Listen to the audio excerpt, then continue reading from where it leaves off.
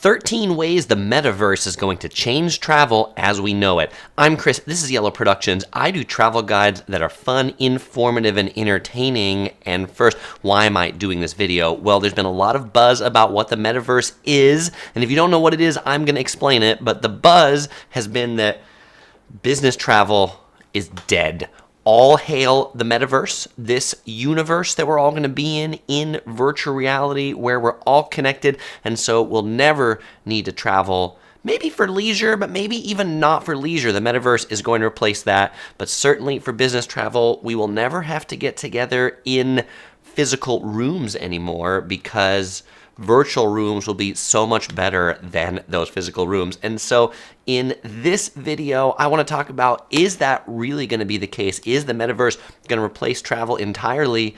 We'll talk about what the metaverse is, and I'll share with you 13 ways that I think the metaverse is going to change travel as we know it, but I don't know that we're all going to end up in these virtual rooms for the rest of our lives. You know, with the pandemic, we've all been doing virtual Zoom sessions, and I think people envision that we might be doing virtual Zoom sessions instead, where we're all embodied in a room. But let's go ahead and talk through it. So what is the metaverse if you're not familiar? Well, the term metaverse was actually coined in this book called The Snow Crash by Neil Stephenson. This book came out in 1992, where he envisioned lifelike avatars who met in realistic 3D buildings and in other virtual reality environments. But where most people know about the metaverse just in the last month is from Facebook. Facebook made this announcement that they're renaming the company Meta, and that what they're going to be focusing on is the development of the metaverse. So actually, instead of me telling you what Mark Zuckerberg said, I just thought I would show you what Mark Zuckerberg said, and then I'll come back and show you what Iceland's response was to Mark Zuckerberg's video. Yes, Iceland responded. The Iceland Travel Bureau responded. And by the way, if you're watching the archive and for some reason these videos aren't in here, well then I'll have links in the description below where you could watch these videos. But here's about 2 minutes of Mark Zuckerberg announcing their rename of Meta and him describing and showing you what the metaverse is. And then we'll see Iceland's response. And then I'm going to go ahead and talk through the 13 changes about how the metaverse is going to change travel. But I wanted to ground everybody on this metaverse concept first. I am proud to announce that starting today, our company is now Meta. Our mission remains the same. It's still about bringing people together. Our apps and their brands, they're not changing either. And we are still the company that designs technology around people. Hey, and welcome to Connect. Today, we're going to talk about the metaverse, starting with the most important experience of all, connecting with people.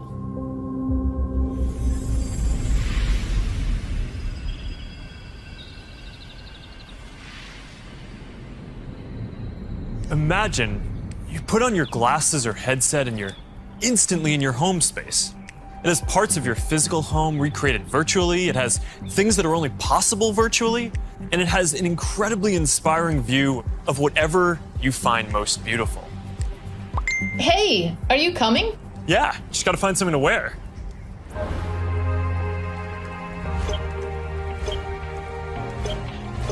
All right, perfect. Boy. Oh, hey, Mark. Hey, what's going on? Hey, Hi, Mark. What's up, Mark? Whoa, we're floating in space? Who made this place? It's awesome. Right? It's from a crater I met in LA. This place is amazing. Boz, is that you? Of course it's me. You know I had to be the robot, man. I thought I was supposed to be the robot. Whoa. I knew you were bluffing. Hey, wait. Where is Naomi? Let's call her. Naomi. Hey, should we deal you in? Hey. Sorry, I'm running late, but you've got to see what we're checking out. There's an artist going around Soho hiding AR pieces for people to find. 3D street art? That's cool. Send that link over so we can all look at it.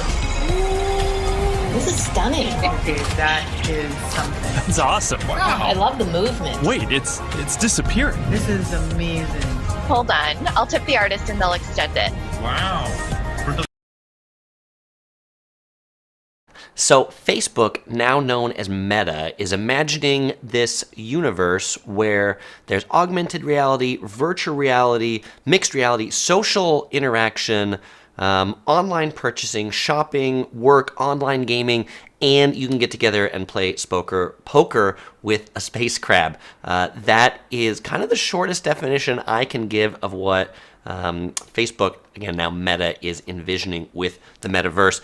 Mike says, don't forget your NFTs after you leave the metaverse, which are non-fungible tokens.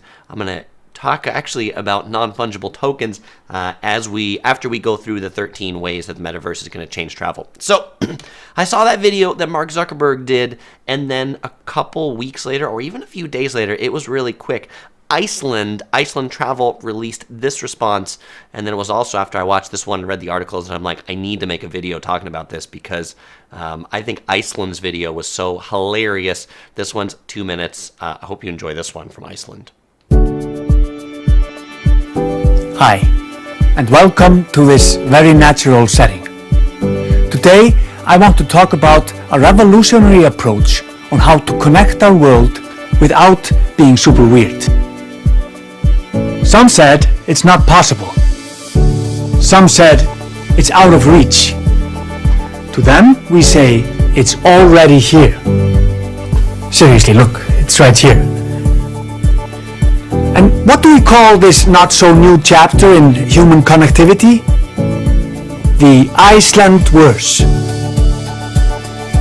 Enhanced, actual reality without silly-looking headsets.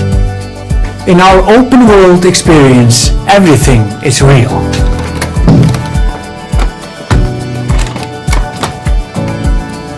And has been for millions of years. It's completely immersive, with water that's wet.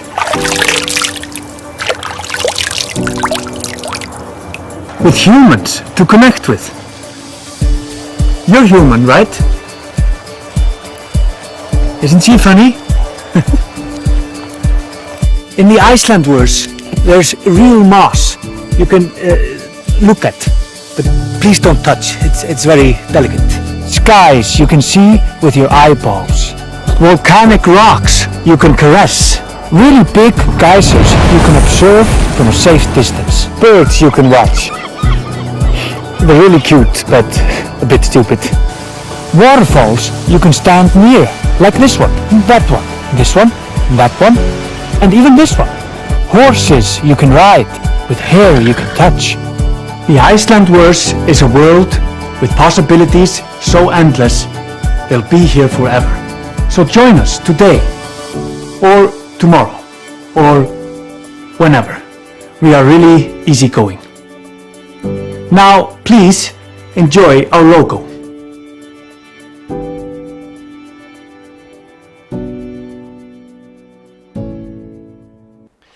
So after I saw that video, I said, I need to go to Iceland. That is so amazing. I've not been there yet, but I think it has just moved up on my travel list. The Uniplex says, we have VR at home and it makes me nauseous. I can't do it very long. Would the metaverse be any different?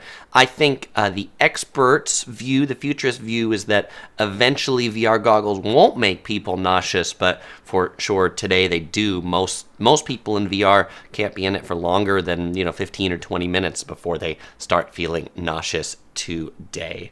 And Kathy says, I don't think the metaverse will happen for leisure travel. People will want to see it in person to experience. So it's funny you say that, Kathy. The Chinese province of Hunan province, which is famous for these mountains that inspired the movie Avatar, this province has established the world's first scenic spot metaverse research and development center. That's right. And so this scenic metaverse research center in this tourist spot with these flying mountains, according to the government officials there, said will provide tourists with a more exciting travel experience, richer travel products, and a more comfortable travel environment. I'm reading it because those word completely my words and not even the most flowy words. And then they go on to say that this center is going to focus on the integration and development of tourism and the metaverse and use technological innovation to drive applicable innovation and industrial innovation to cultivate new products in the tourism industry. I don't know that that says a whole lot to me, other than they've tried to take the buzz of the metaverse and apply it here to generate some news so that people either go there or go there virtually. So let's talk about maybe what that looks like and how the metaverse is actually already here today. And one example I'll give you is the Google Maps example. So many of us, I'm going to make this big so you can see here. One of the examples is if you've ever used Google Maps to navigate, or even not to navigate, you've just used it to look at things. One of the really neat features is the Street View feature. And there's this little, I'm covering up right now, but in the right-hand corner, there's this little person icon all the way in the right. And if you click on it, then you can get a street view. So I just dropped that pin right there in front of Notre Dame, and you can see Notre Dame. So this is the virtual world colliding with the real world, because now you can see old historical pictures whenever Google took them of the real world to help you bring that into the virtual world. Obviously, this isn't something that people are doing with headsets, but I'm sure it's something I use all the time when I'm looking for a spot or this and that, to be like, I wonder what it looks like, and just go ahead and drop that pin there.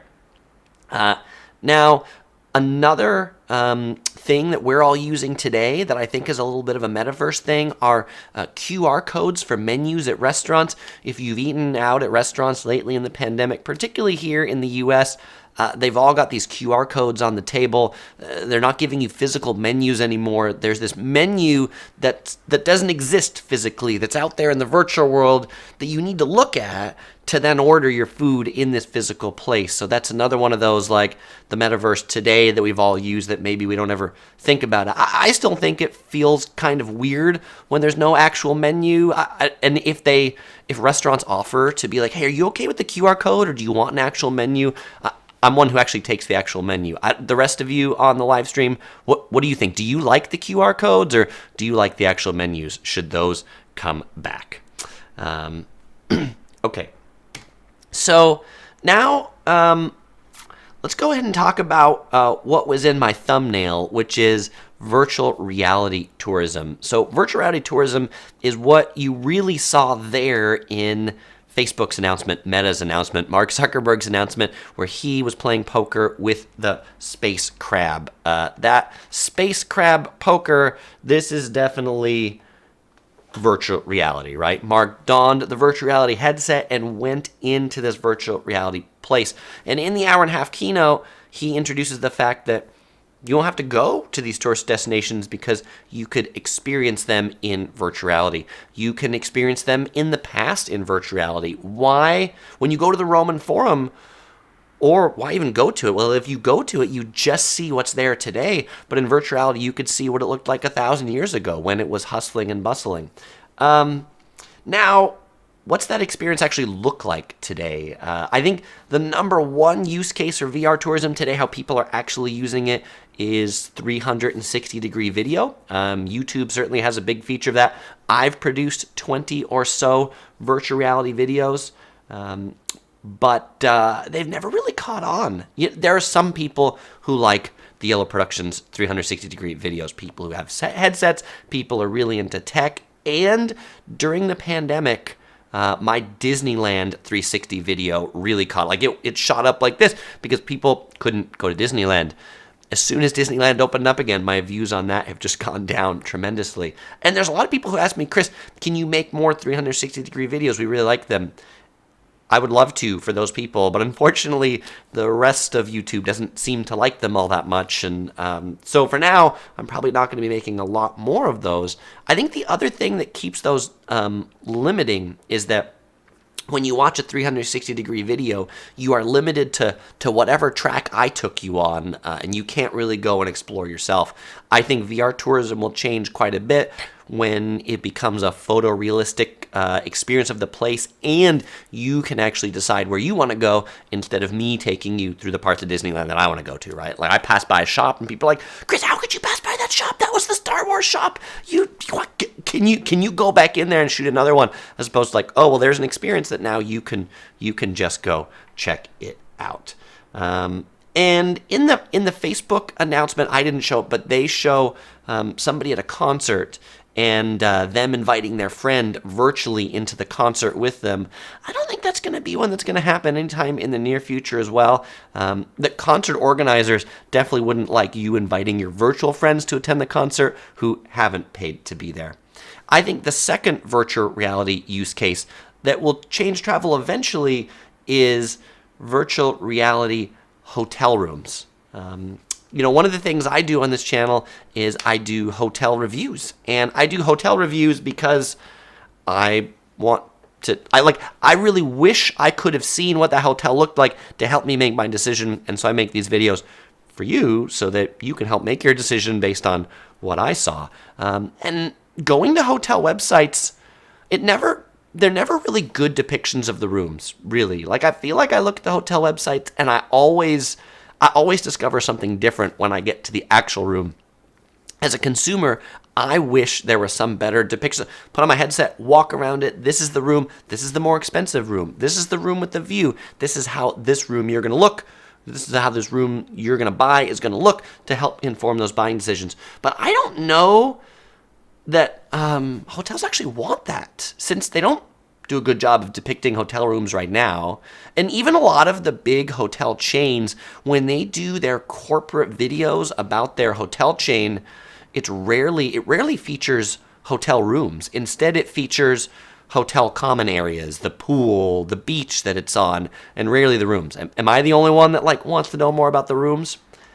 The third way that I think the metaverse can change travel is virtual reality planes. Not that you're going to want to ride a plane in virtual reality, but that when you're deciding whether I should book United Airlines or American Airlines, should I pay for Economy Plus? Should I pay for business class? That's a really challenging decision today, and there's not enough data to really help you make that decision well. But I think another one, when we can put on our VR goggles and be in the plane and be like, aha, this is what this seat looks like.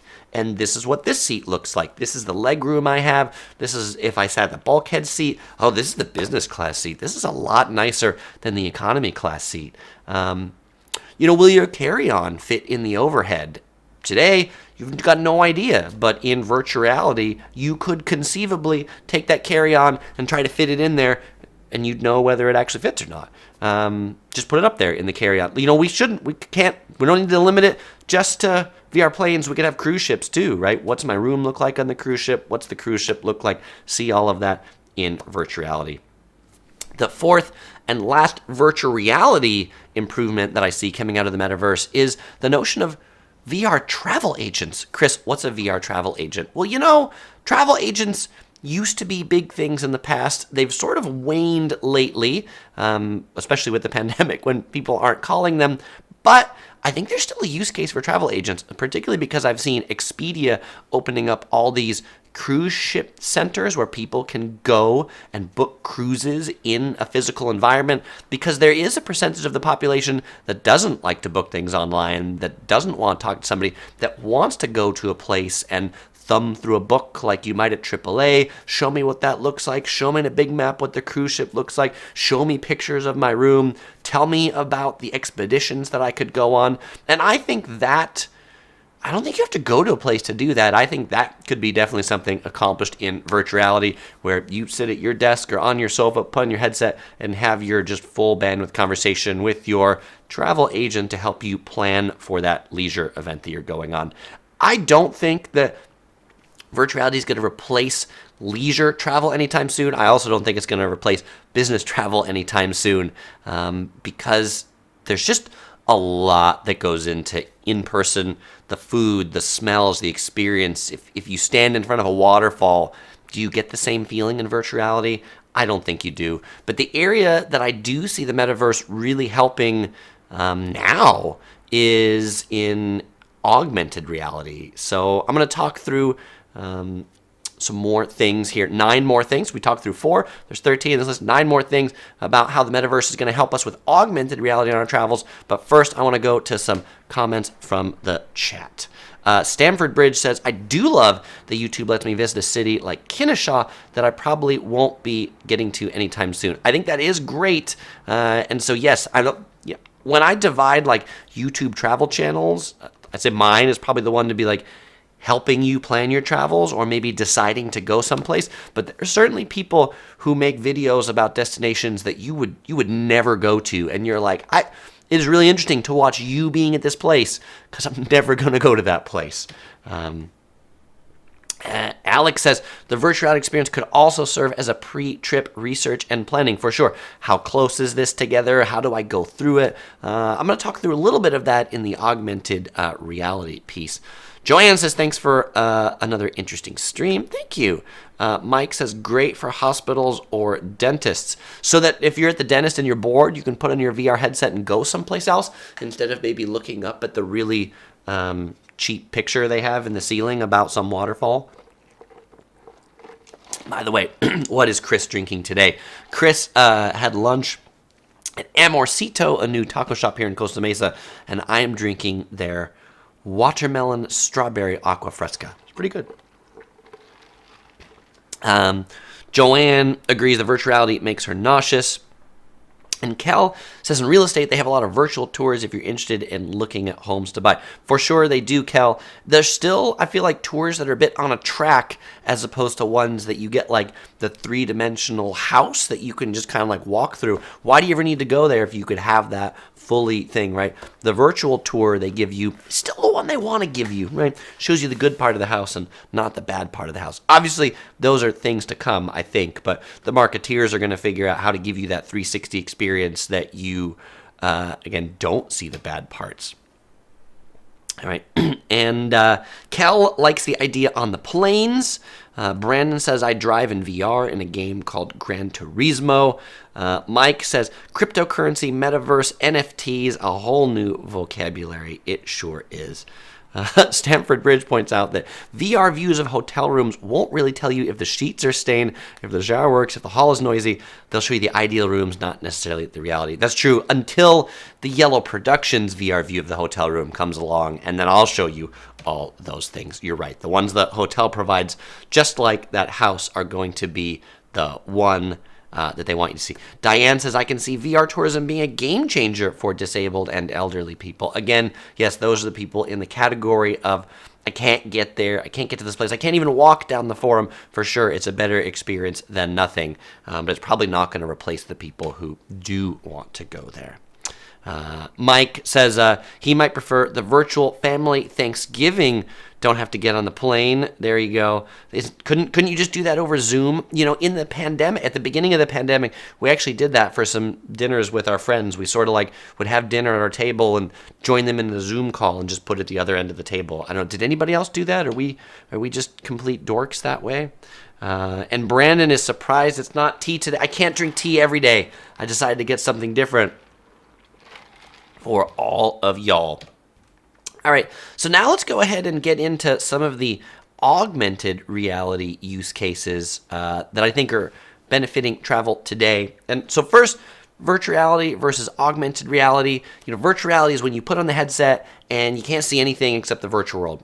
Augmented reality is when you see the world, plus you see something from the virtual world overlaid on it. And a great example of that is the game Pokemon Go, where people were using their phones out in the world, and if they had their phone and they had the Pokemon Go game up, then they could see right here in this park, there was a Pokemon. That's an example of augmented reality. Google Glass or other things, or maybe you have a display on one eye and not on the other.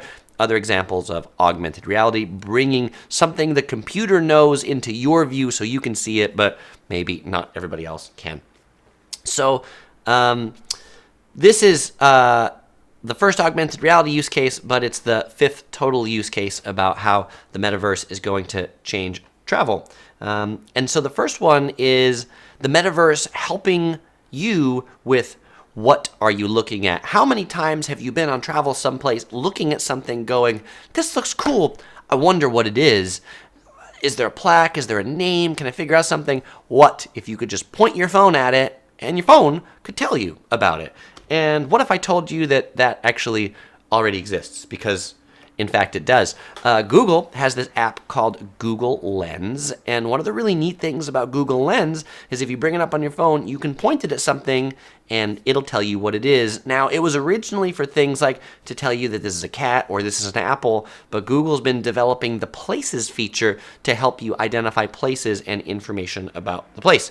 So here is an example where I used Google Lens, and I'm going to make this bigger so you can see it. This is 3 screenshots from my phone laid out, and each one of those things in the center is a picture that I took. So in the left there, that classic hotel, that's the Fairmont Empress Hotel. That's a picture we took on our trip to Victoria, and I popped it into Google Lens, and then you can see down at the bottom on the Places tab, it brings up and says, this is the Fairmont Empress. This is how many reviews it has. This is how much it costs if you want to stay there.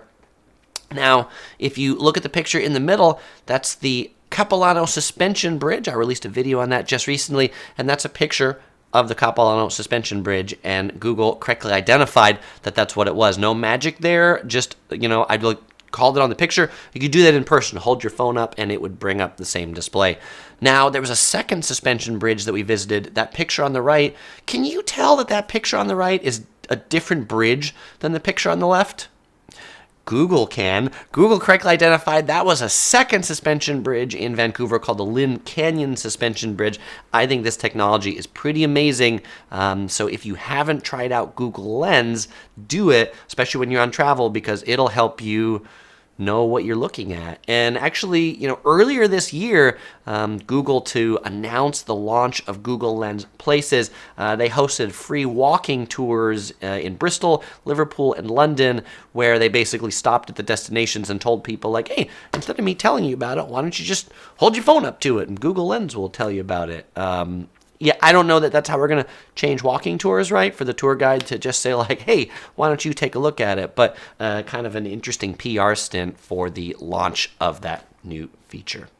Another one right here, though, that's another feature that a lot of people don't realize exists in Google Lens, is Google Lens now integrates with Google Translate. So a lot of people know about Google Translate, this app that can translate pictures of languages. It can translate languages from your phone on the fly. It can do language translation, like you can talk in a language, someone else can talk in a language, and it can do the translation right there. But it can also do it through Google Lens, and you can see, if you look, here's a picture. I just found this picture on my phone.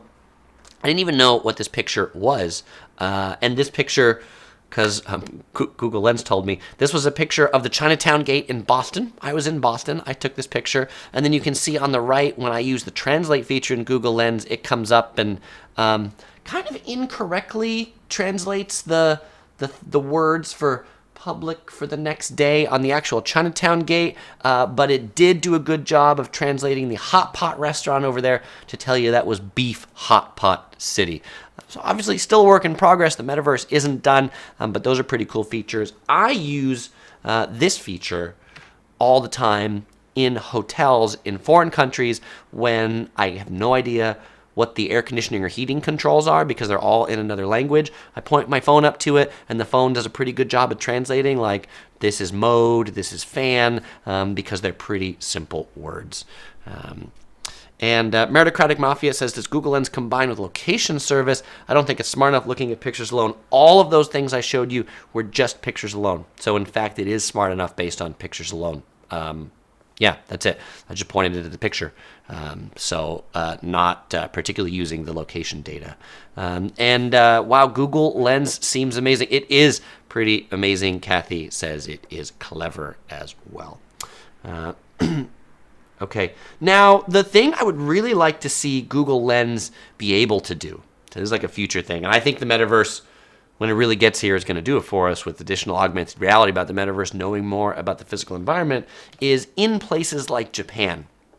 You're standing in the middle of Tokyo, and underneath you, there are likely 2 floors of underground shopping. In the building above you, there's 20 floors of a shopping mall. I would love to be able to point my phone down the floor and then be able to see the pepper lunch that I'm looking for is actually right underneath where I'm standing. And I would love to be able to point my phone up and then be able to see on the second floor, oh, there's a Uniqlo up there, and there's a Lawson station just behind what I'm looking at. I think when we can get more of that three-dimensional part of the world, so because I've been in a gazillion places where I'm trying to find a thing only to realize it was 2 floors underground or 3 floors up and just didn't see it where I was, and so I ended up missing out on it. Martin says, don't pictures have location stamps? They do have GPS stamps, but my picture of the Empress would not actually be at the Empress because I'm like somewhere at the harbor, 10x zoom, taking a picture of this.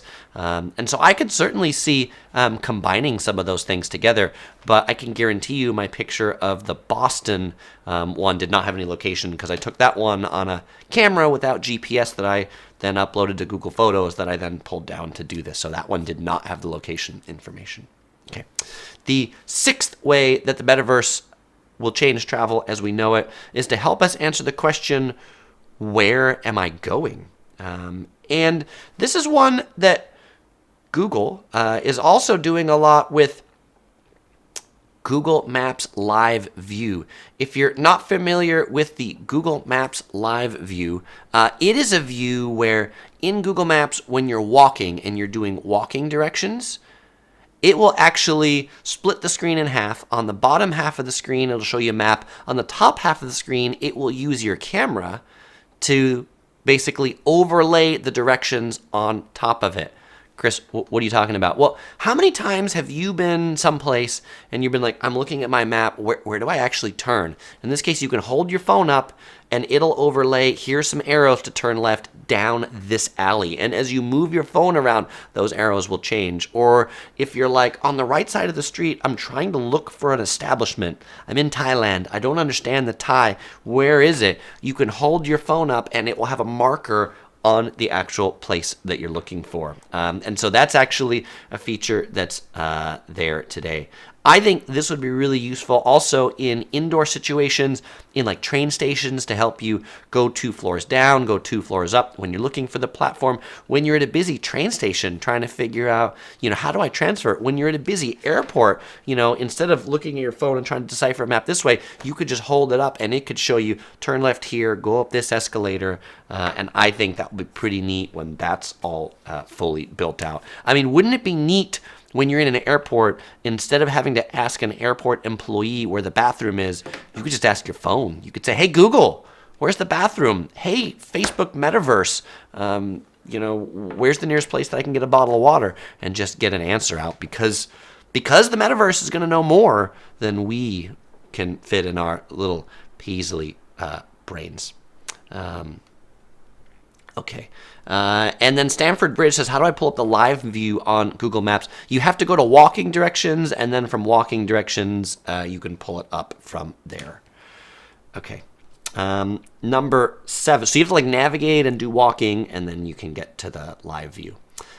Okay. Number 7, the 7th way that the metaverse is going to change travel is to help us answer the question, should I buy this? Chris, how's the metaverse going to help us with that? Well, one of the big things that definitely all these tech companies are envisioning in the metaverse is commerce, because money drives all. And if there was no money in the metaverse, nobody would be in it. And how often have you been on travel and you've seen something and you're like, I wonder if this would fit in my home? Would this fit on my wall? Would it look good? And so a new feature that Amazon actually has in Amazon's mobile app and also on their website is augmented reality shopping. How does this work? Well, basically, they have this feature where you can view something in your home. You can pick the item that you're looking at on Amazon, and then you can hold your phone up and basically place it, and you can be looking at your living room, and then you can see that chair, how it looks at that spot in your living room to decide whether you want to buy it. I think that's pretty neat. I also think if you had this virtual reality representation of your house, which conceivably you would because you'd have it on your phone, then you could be out in the world someplace and point your phone at something and say, hey, what does that look like in my house, instead of having to pick it out of a pre-populated, Amazon catalog. And maybe in a world like this, you don't even have to buy it there. Maybe you just click on it, and like Amazon wants you to, they want you to not buy it from that store. They want you to buy it from them. But there should be a way to just buy it from the store from your phone and then say, ship it to my house, get it there in a week when I get back home, because I don't want to carry it around. I don't want to carry it back to my hotel room. I think that would be a pretty nice feature. Brandon says the same thing can be done with painting your own home. Indeed, I haven't used those features, but that's cool.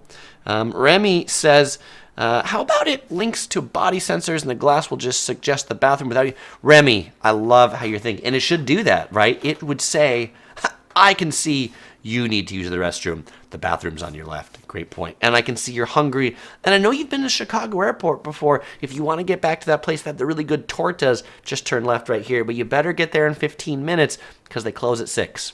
Yeah.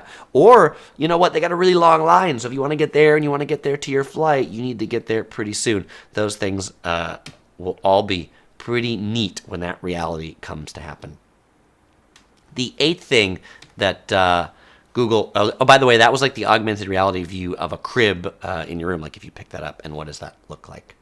The 8th way that the metaverse is going to help us when we're traveling is, should I eat this? I talked about QR codes for menus where you just point your phone on it and get this virtual menu, but I don't know about y'all, but my experience with virtual menus has been really lame, because I feel like what most restaurants have done is they've taken a scan of their physical menu, which is designed to be looked at big or in a book, and then they've just uploaded it and you try to look at it at your phone. You download this like 50 megabyte PDF file and you try to flip through these pages on your little screen. It is not a great experience. I think people will reimagine what the menu looks like for phones. And when it's on a phone and it's digital, there should be a picture of everything. Why not? You're not spending money to print color on paper. There should be a picture of everything. There should be more than pictures of things. There should be videos of things. There should be 3D models of things. There should be reviews linked to the menu about, like, did other people like this? Just kind of like Yelp does it today, where you can see pictures of things and how many people liked this, right? You should be able to see in the menu of the restaurant what is the most popular thing. 12 people ordered this today. We're sold out of this right now. You know what? If I'm looking at the digital menu, why would you even show me something that is sold out? I think menus are going to be really awesome when people actually get behind it and develop awesome menus instead of these really lame QR code scans of paper menus today. Mike says therapists are getting cases based on metaverse addictions. I can see that. I mean, maybe not the VR addiction, but I could certainly see people are addicted to Facebook today, right? And it's this like fear of missing out. I'm in the real world, but what's going on in the virtual world? Am I missing out on it? I don't know. And then Mike says everything in a sitcom can be clicked on and purchased. I think that'll be certainly another thing. You look at when you're in this virtuality metaverse, people want to sell you everything you see. Get this delivered to your home. As you say, watch a TV show as you're watching it. Hey, I want some of Chris's watermelon juice. Some buy now icon comes up on your screen and you get this watermelon juice shipped to you anywhere in the world right now. The 9th way that the metaverse is going to help us travel is with improved audio guides in museums or any place that use audio guides. Seagirl and I, this past weekend, just went to the Academy Museum in Los Angeles, which is put on by the people that put on the Oscars. So it's basically a museum dedicated to the movie industry. And they have done away with the super awful, crappy audio guide that every museum in the world has. That thing that you hang around your neck, that you can't hear, that the buttons are sticky. They just have an audio guide on your phone. They have an app you download, and you can use that to go around the museum.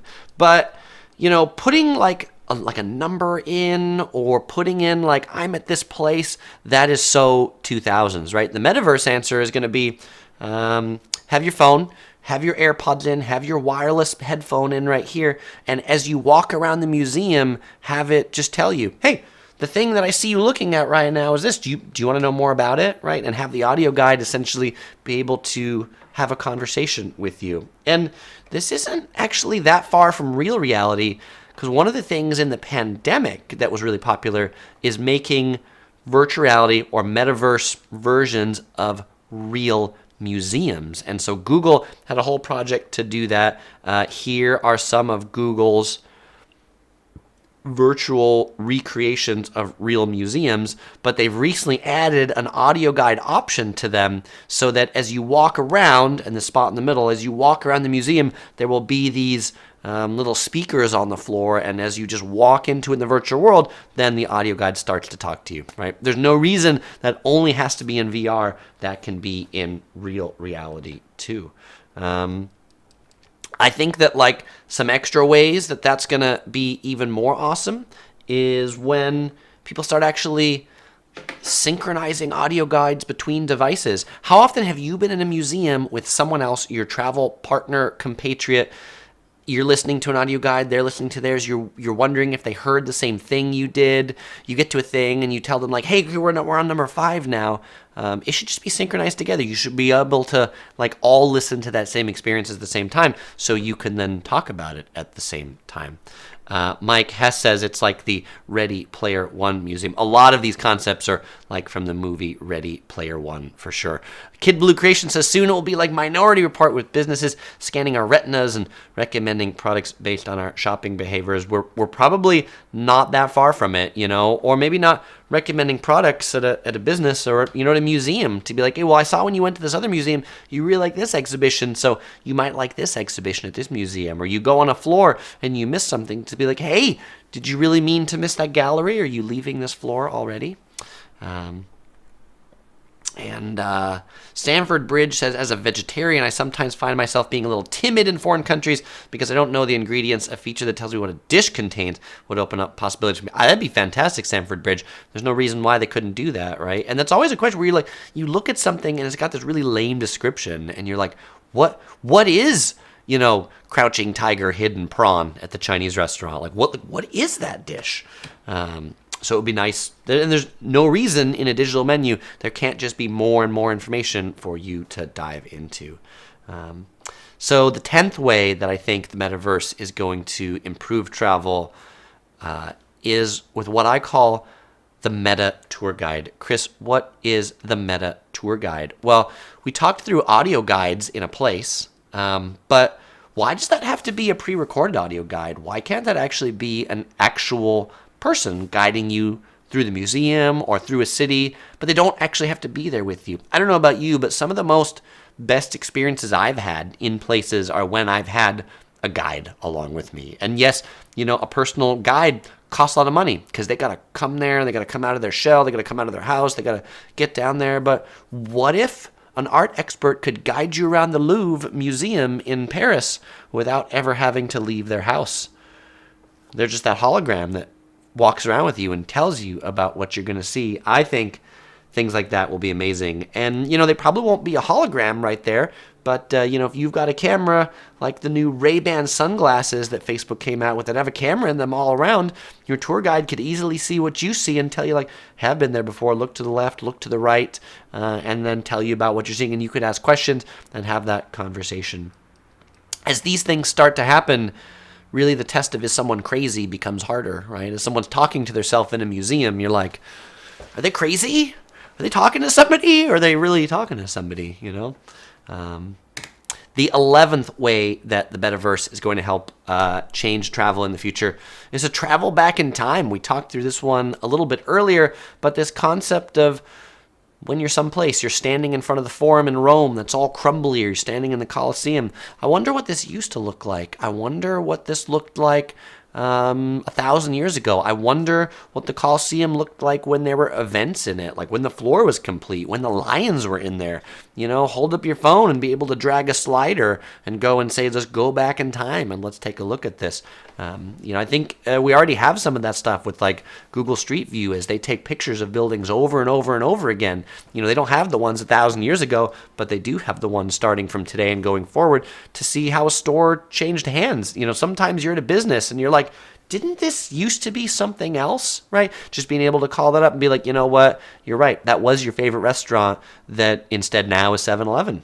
The 12th way the metaverse will change travel in the future is on treasure hunts. Is scavenger hunts are like super popular things now with travel to get people to explore new things. And Pokemon Go has taught us that people will absolutely hunt for virtual things for nothing more than bragging rights. But I see businesses using this notion of an augmented reality scavenger hunt to like convince you to either explore more parts of a store or maybe in like a pub crawl in Dublin, Ireland, to be like, hit up these 3 pubs, and if you've just been in these 3, and I can tell because I'm tracking your phone, if you've been in these 3, when you get to the 3rd one, then you get a free beer, just by like cruising through the 3 of them, to get you to see more, or go to more bars, or perhaps unlock a discount because you've been to all 3. Well, you've been to all 3 of these.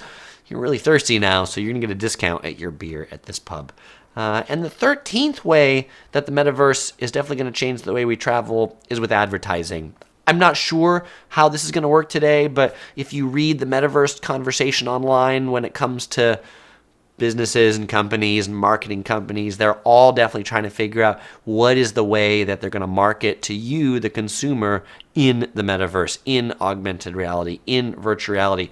When we use Google Maps, we've been seeing more sponsored places creeping in. For those of us that use Yelp a lot, you see a lot more sponsored results creeping in. And you know what?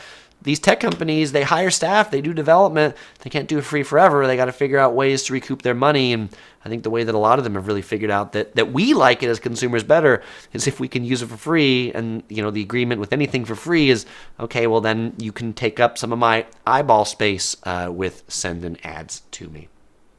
Now, there were a couple of terms that I've heard in the chat about things that are related to the metaverse. I just want to mention them briefly. Cryptocurrency, to buy things in this virtual universe that might be across countries and things like that. We need that notion of what is that international currency? Is that US dollars for everything? Probably not. Probably not everybody wants to use the US dollar. And so, these digital currencies, Bitcoin, Dogecoin, are really big concepts with the metaverse. How do I have some, currency that's the middle currency for everybody? At one point, I considered making a live stream about how to use cryptocurrency to travel. And unfortunately, when I started doing research on that, I found that was easier said than done. I know there's all these Bitcoin ATMs that seem to be popping up everywhere, at gas stations. Every place I go, it seems like there's a Bitcoin ATM. Has anybody ever used a Bitcoin ATM? I've never seen anybody using a Bitcoin ATM. But you can buy a Tesla with Dogecoin. So it's a real thing. Like, you can buy real things with cryptocurrency. And the last term you'll hear in this metaverse is NFT, non-fungible tokens. And we heard it in the chat. The NFT, by the way, when did NFT and fungible become a word that people use on the news that they talk about? What on earth is fungible anyway? What in the metaverse is fungible? A non-fungible token is the idea of being able to own something unique in the digital space. To say, this is my digital thing, and there's only one of it, and I've bought it. I've bought the original red cape in this particular VR space or something like that. And then it ties into the whole cryptocurrency, cryptography thing to basically prove that you were the first person to ever buy this thing. And then you could sell it. And when you sell it, there's only one. Somebody can't buy a copy. Yada, yada, yada. Probably any more in depth for that is a topic probably for another video. And maybe a whole nother channel of people who talk about cryptography and non-fungible tokens. And so I'm curious, fellow explorers, we've got some time here for conversation. Do you think you can really experience culture in virtual reality? What about food? How do you eat food in the metaverse? Can you really feel a place and be connected to it if you're not actually in it? Can you really ride the subway in Rome or New York City if you can't smell it? Is a roller coaster or a zip line fun without any danger? I'm curious. What do you all think? And what questions do you have? Fellow explorers, it is now Q&A time. If you've got a question, I've got an answer. The Uniplex says, great topic. What a world we live in. It really is wide open. It really is. And I think there's going to be a lot of things changing for travel in a good way. Brandon says, I really, really dislike NFTs. I really, really dislike NFTs too. Remy says, what if the metaverse tracks how much traffic certain parts of the museum gets? This may help the museum or even theme parks adjust their layout to drive traffic patterns. That's a good idea, right? And say, like, okay, well, here's the bottleneck. Let's go ahead and figure that out better. Stanford Bridge says, it sounds like VR travel can greatly augment, but it can't replace. And Stanford Bridge also says, this is really, I'm doing this video from I've been there, I've been to the future, and now I'm back. So that's how it was easy for me to write this. I will tell you, coming up with this list of things, my goal is not to regurgitate everything you've already seen on YouTube. And I did not see a video like this already made. And so I was kind of doing my thinking about, how does this work? Or what could I see? What do I believe all these other companies have said that I think will actually become reality versus what is just garbage out there. And Bridget says, do you have to pay for all this stuff in the metaverse? Well, a lot of the augmented reality things I talked about, particularly the ones that Google provides, they're all free, right? Like they're all free out of Google Maps and all these things. Definitely these companies are going to try to figure out how to get you to buy stuff in the metaverse. There's just in that particular, if you saw the beginning of this video where Mark Zuckerberg was, trying on different things, he's like, let me wear this shirt or let me wear my astronaut outfit. That's definitely like a market that they're trying to sell is in VR. If you want to wear your astronaut outfit, that might cost you a couple bucks, right? And the person who created the astronaut outfit, how did they get a couple bucks for it? Or if you want to experience the roller coaster in VR, how do you pay the person who developed the VR roller coaster so that people can keep developing VR roller coasters? Murdergraphic Mafia says, maybe use the metaverse to research, see if a place is worth exploring. Definitely no replacing the experience itself. Blair wants to know, if you die in the metaverse, please say hi to my brother Kyle. All right. I think those are two different things. But hi to Kevin's brother Kyle, not because we died in the metaverse. Brandon, answering my question about if we can experience it in virtual reality, Brandon says you technically didn't experience the place if you do it VR in the metaverse. Kathy still wants to do it in real life.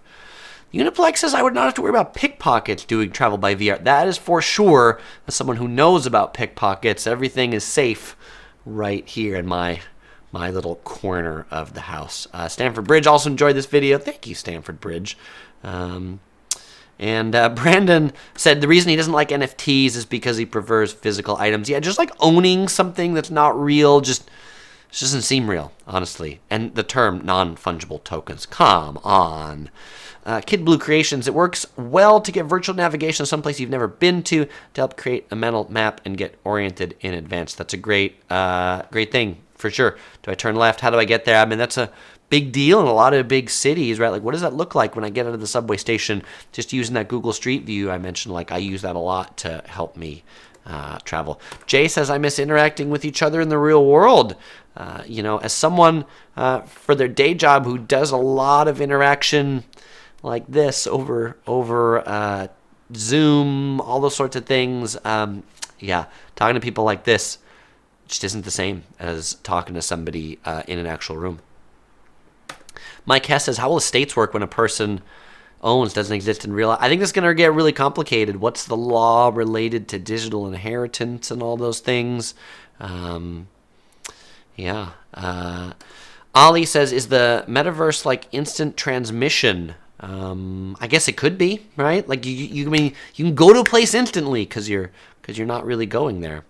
Marielle says, as a visually impaired traveler, I'm really interested to see how augmented and virtual reality can help me prepare to navigate unfamiliar places. I think that's a great use case, Marielle. The Last God says, in the future, do you think you could transfer your mind in the metaverse? Elon Musk Neuralink would play a part. I think that's hundreds of years in the future, if not thousands of years in the future. And then you go and say, well, we could transfer mind. What kind of mind? How good is it? When do we become the Matrix? When does this all become the Terminator? When's the singularity that machines are smarter than all of us? I don't I don't think that's anything that any of us watching this video today will have to worry about, unless you figured out how to get your mind into the metaverse before any of the rest of us have. Remy says, I should try VR chat. Remy, what do you like about VR chat that I should try? But Remy says, they might not steal physical things, but, there's certainly people in the virtual world that would try to steal your NFTs. It's true, right? On the internet, people try to hack in your email. They try to hack into your Facebook. And so, when we're all in that digital universe, there's probably going to be people that are trying to steal your digital stuff. The Last God says, this is how humans will live forever. Digital transfer your mind to an avatar. Very futuristic thinking, but I think the tech for that is definitely way, way out there.